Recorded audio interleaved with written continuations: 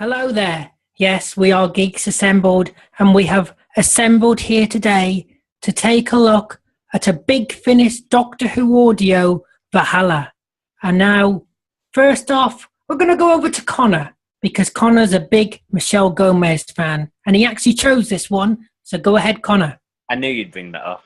Valhalla is only the fifth Big Finish audio of Doctor Who I've listened to, and it's a really good one. I'm pretty sure it's probably not the best of them all, but it's a really great story. I enjoyed it a lot. The termites were great villains. Very creepy sounds are made as well, actually. Susanna York as Our Mother, again, was great.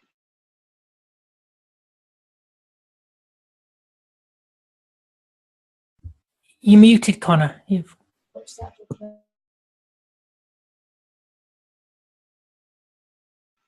Sorry, I was interrupted. Susanna York as Our Mother was great. She sounded really sinister, and she was a great sort of, leader of the termites. And as I mentioned, the termites themselves made really creepy noises as well.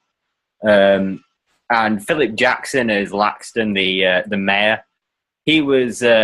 I'm aware of Philip Jackson's work. I think he's been in Doctor Who before, actually, in the TV series. And he's recently been on a BBC comedy called Boomers. And he's a really great actor. I think he did really well here. He sounds a lot younger here than I'm used to hearing him, though. So he was great as Laxton. Sylvester McCoy's not one of my favourite Doctors, but here I think he's really great. Same with Colin Baker in the audios. I think they're well better written in the audios than they are on the TV series. So I think Sylvester McCoy is really great in this one. And he's still rolling his R's, which gets me every time. And last but not least, Michelle Gomez as Jaren. She's such a goddess. I just love her, and her voice in this one, and just the way that she's just great. This is obviously way before her time as Missy, and she's equally as good here. A great sort of, I would say, one-off companion to the Doctor, and she does an awful lot. She helps out a lot. She's a bit like Ace, I think, in the way that she helps out. She's only an engineer, and she gets taken on this journey that. Really evolves her character, and I think she's just amazing in this. I think overall I'll give this story a 8 out of 10. An 8 out of 10. Thank you, Connor. Now let's go over to Texas, Tim. Thank you. Yes, I enjoyed this story very much. I agree with Connor on just about everything he said, especially the acting by the lead actors and the guest actors. I noticed that Susanna York said in the extras that she did it simply so she could play a part where she would go over the top, and she does quite a bit. That she does a really good job in this, as well as Gomez. One thing I liked about the story is that it shows, it gives you an example of how the Seventh Doctor is not very much like his other personalities, because he's perfectly willing to change things around to suit him. And he gets some information from the future and goes back and changes a few things, or to make sure that future happens. It's very manipulative. And he's one of the only ones that's kind of like that. I like that they made a story about that. I also like that he's a bit lonely. I mean, he's lost all his friends, like as always the Doctor does. He ends up losing his friends, and he's looking for a new one. And he asks this character that Gomez plays, and she refuses to go with him. She won't have it. I thought that was pretty fun. Overall it's a great story. It was a lot of fun. I don't think it was too long, but I don't think it was too short. I'd give it probably also an 8 out of 10. Another 8. Thank you, Texas Tim. Now let's see what Susan has to say. Let's go over to Susan.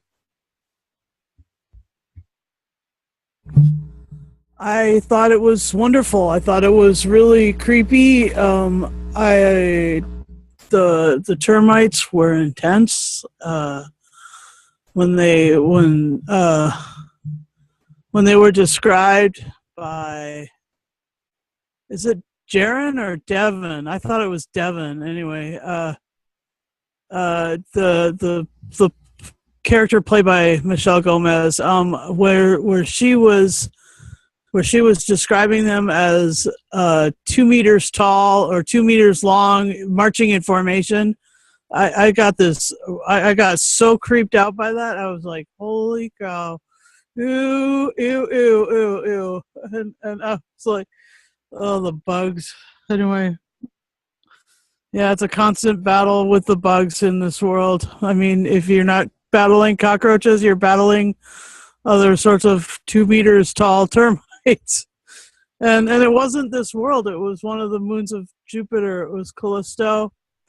It was the capital city of Callisto. And they were like, well, if you don't want to stay here, go to Ganymede. And I mean, these are pretty wasteland kind of moons right now in this day and age. So I mean, it was significantly far in the future, and so that was fun. And the fact that Jupiter had a bunch of inhabited moons was kind of interesting. That was good science fiction for me. So there was creepiness, there was good science fiction. And the third thing was the character that Michelle Gomez played. Her character arc was really rich. She went from being confident in the company to completely, having developed her own direction and agenda, and was, had to tell the doctor no. I mean, like, the whole thing was like, it was really brilliant. Anyway, and our mother, oh gosh, I mean, it was a throwback for me a little bit to the 8 legs in Planet of the Spiders, in the Queen being like so powerful, but these were 2 meters long or tall or whatever, so the Queen was probably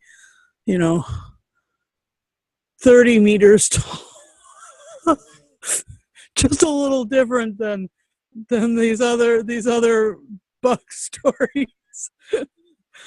Oh, and B movies started off with a bug story. That's what that's what B movies were. The B stood for bugs, and so I'm just like, I'm thinking this was a great B movie. No, it was much more high quality production values than that. Oh gosh, and it was audio. So I mean, it was my whole imagination watching these bugs devour. Oh wow. Anyway, that's all I've got. I'll give it a 9 out of 10. So you got really freaked out by the bugs. I could tell it. So a 9 out of 10. Thank you, Susan. Now let's see if Beef Dad was affected by the bugs, and in what way. Yeah. No, I'm not fond of creepy crawlies. For me, it took a while to get itself started. The momentum built up, but it didn't build up until the second episode. The first episode was I found very, very slow, and carried basically by Sylvester McCoy. The idea of a doctor for sale in excellent condition rather amused me. And people have got barcodes on their tongues, which is pretty yuck. Parkinson's disease, a progressive disease.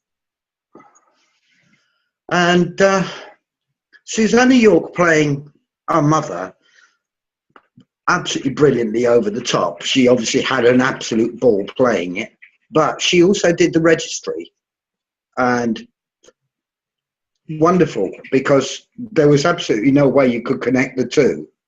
But then she's a brilliant actress. Well, was a brilliant actress. I believe she's no longer with us, which is sad. Michelle Gomez, yeah, brilliant as always. She never lets you down. Never lets you down.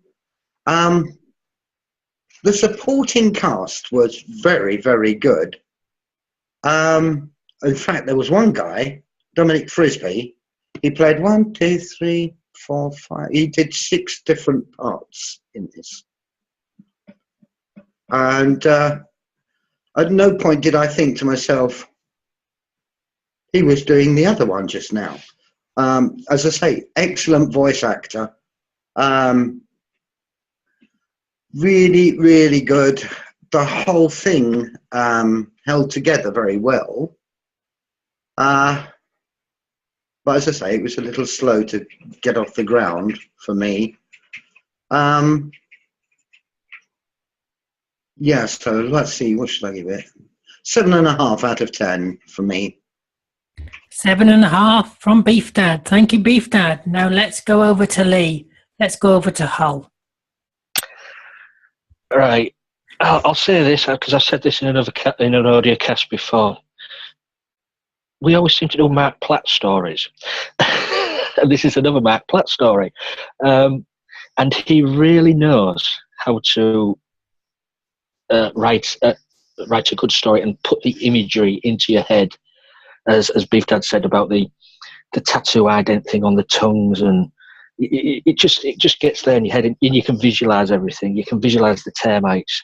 You can visualize these people being covered in all the termite gunk. You know, it's an awesome story.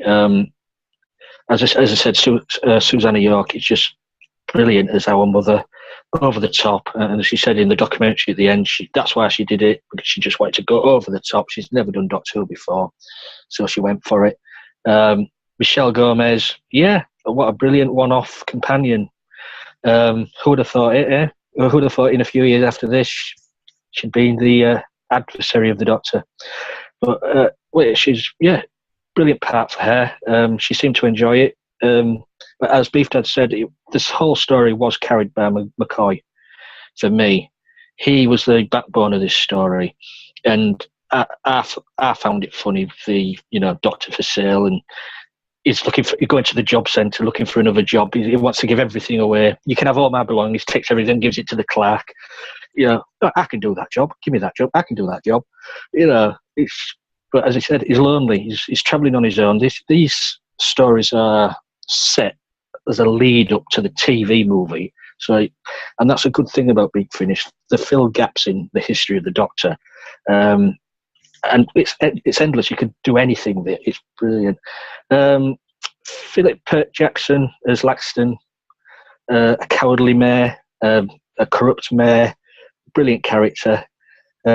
Shame he got his comeuppance in the end, because I thought, shouldn't have really killed him off, really, but a brilliant actor, Philip Jackson, our Inspector Jack from Poirot. And as I said, all the other supporting cast, just brilliant. You can't fault them. As Susan says, it does. You get the creepiness from the termites, the scuttling along, and the noises they make. And for me, one of the highlights was when the Doctor sort of transformed himself, imagery hologram of him as a termite, and then he could understand the other termites, how common the termites talked, and the scene with the singing termites. It was a short little scene, but I just thought that was hilarious. But for me, brilliant story. I'm going to give it 8.5. An 8.5. Thank you, Lee. Now for me. Well, like Lee said, it's very well imagined. I could visually see it in my head. That's how good it was told, and that's how good Big Finish are with the sound effects and everything like that. I don't listen to Big Finish that often.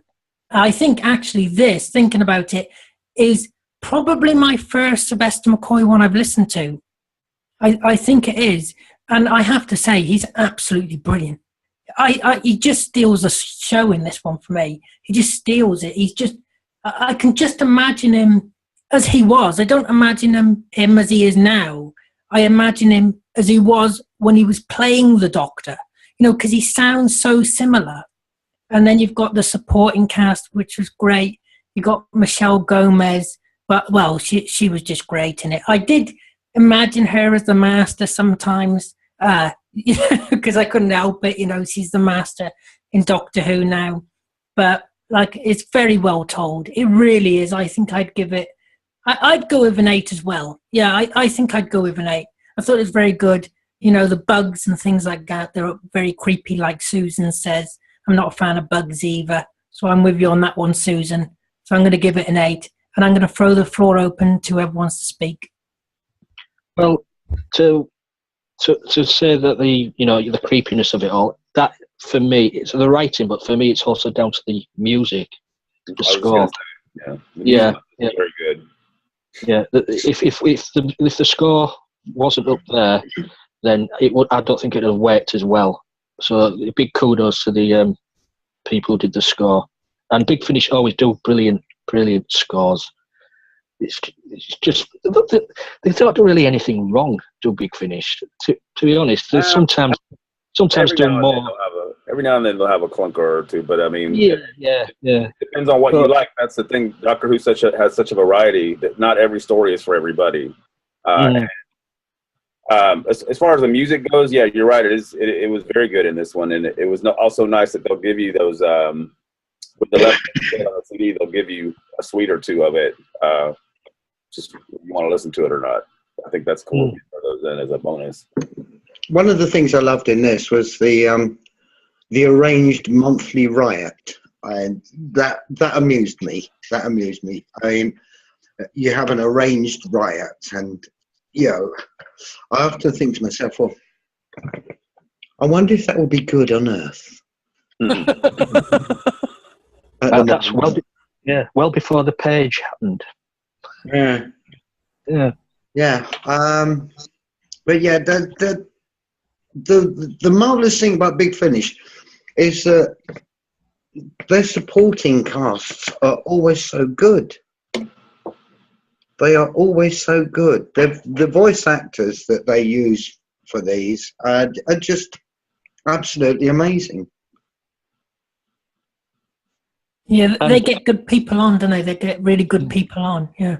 I mean, the supporting cast is brilliant, but also they do attract big names as well. Yeah. If it's hearsay and saying how good these to work for, and these big names come in and they do the job and they love it. Yeah. Apparently, the canteen's very good too. They also have a group of semi-regular guest actors that appear in several productions a year, more often than not playing all kinds of different backup parts, which is good. You can usually recognize one or two of them. Yeah. Anybody else have anything to add? I'm not that familiar yet with the background actors, the supporting cast. I don't actually catch with my ear like the same actor repeatedly. I mean, even in the same show, like Beef Dad was saying, that guy who was playing 5 extra parts, I just I don't catch it because that's how good he was. That's how good he was. Yeah, they get into character and it's just they're different people. So acting. Yeah, that's acting. Yeah. Well, yeah, to add, I mean, sometimes in Big Finish audios, I sometimes lose myself in the character. So sometimes I lose which character's actually speaking or the name of the character or the actor. So it can be a bit difficult at times to keep up. But I think if you listen a lot more closely, it's a lot easier. So it was a really good audio, and it's definitely inspired me to go listen to more Big Finish whenever I can. So. And I just like to say, looking at the cover of the CD, thank God when I first saw it, it didn't turn out to be the Slovene.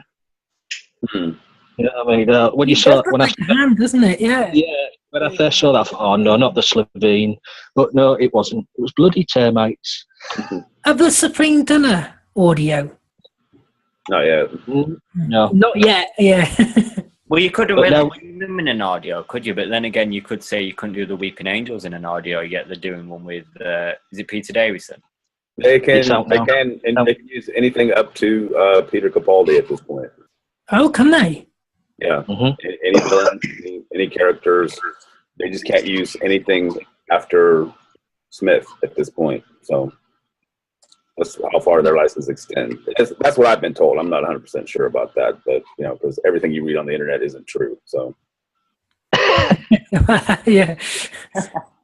But I have to agree with what Connor said. Sometimes when I've listened to Big Finish, I do lose the characters. Like I get confused with who's talking, and sometimes I get confused with their names. But I didn't in this one. I actually didn't in this one. But with others, I have.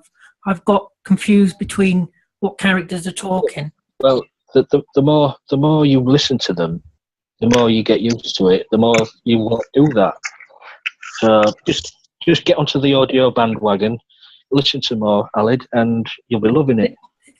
Yeah, there's so many of them, though, isn't there? Oh, there's too many. Yeah, too many. Yeah. So, does anybody else have anything to add about this audio?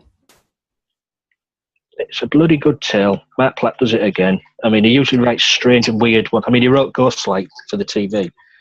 Oh, did he? And you know how strange that was. Yeah. Yeah. But he does write some weird and wonderful stories.